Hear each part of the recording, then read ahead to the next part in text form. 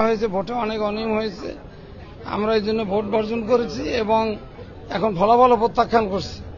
আমরা চাইছিলাম 5ই আগস্টের পরে আমরা একটু সুষ্ঠুভাবে ভোট দিতে পারবো, কিন্তু তাও আমরা আজকে পারলাম না। এখানে 2টি প্যানেল নির্বাচন করেছে, জাতীয়তাবাদী আইনজীবী ফোরাম এবং বাংলাদেশ লয়ার্স কাউন্সিল। আমরা লয়ার্স কাউন্সিলের 6 জন প্রার্থী প্রতিযোগিতা করেছি, কিন্তু আমরা অনেক কোনো সুযোগ সুবিধা পাইনি।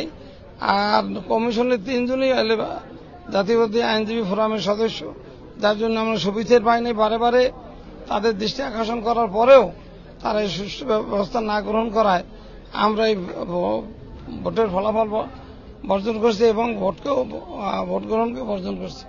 এই কথা বলে আপনাদের সবাইকে ধন্যবাদ দিন। আমি আমার কথা শেষ করছি।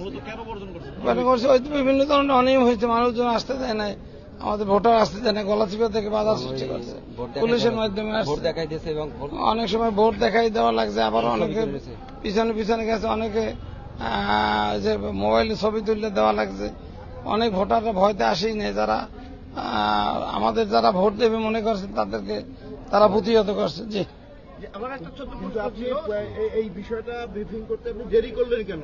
দেরি করলাম তো 10টা থেকেই শুরু হয়েছে। হ্যাঁ, আমরা বিভিন্ন সময় বলেছি, সাংবাদিকদের 11টায় বলছি, সাংবাদিক 11টায় বলছি। আইন শৃঙ্খলা বাহিনী বাইরে ছিল, ভিতরে আমরা বারে বারে দৃষ্টি আকর্ষণ করার পরও কোনো কার্যকরী ব্যবস্থা করতে পারিনি, যার জন্য আমাদের একটু বলতে দেরি হয়েছে। নির্বাচন কমিশন নিয়ে কোনো মন্তব্য?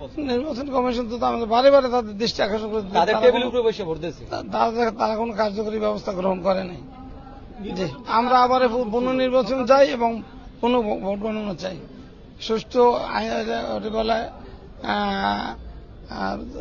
বিচার বিভাগীয় সদস্যদের মাধ্যমে আমরা পুনর্ভোট চাই। আমরা চাই যে 5 তারিখের পরে দেশে একটি সুষ্ঠু নির্বাচন হোক, তা নাহলে ভবিষ্যতে আরো মানুষ আর ভোট দিতে পারবে না। যে ভোটের অধিকারের জন্য এত প্রাণ গেল, এত মানুষের পঙ্গু হলো, কিন্তু সেই ভোটের অধিকারই আমরা পাইলাম না। আমি ভোটের সুষ্ঠু অধিকার চাই। এজেন্ট থাকার এখানে নিয়ম নাই, তারা নির্বাচন কমিশন সব একই দলীয়, যার জন্য আমাদের সমস্যাটা হয়েছে।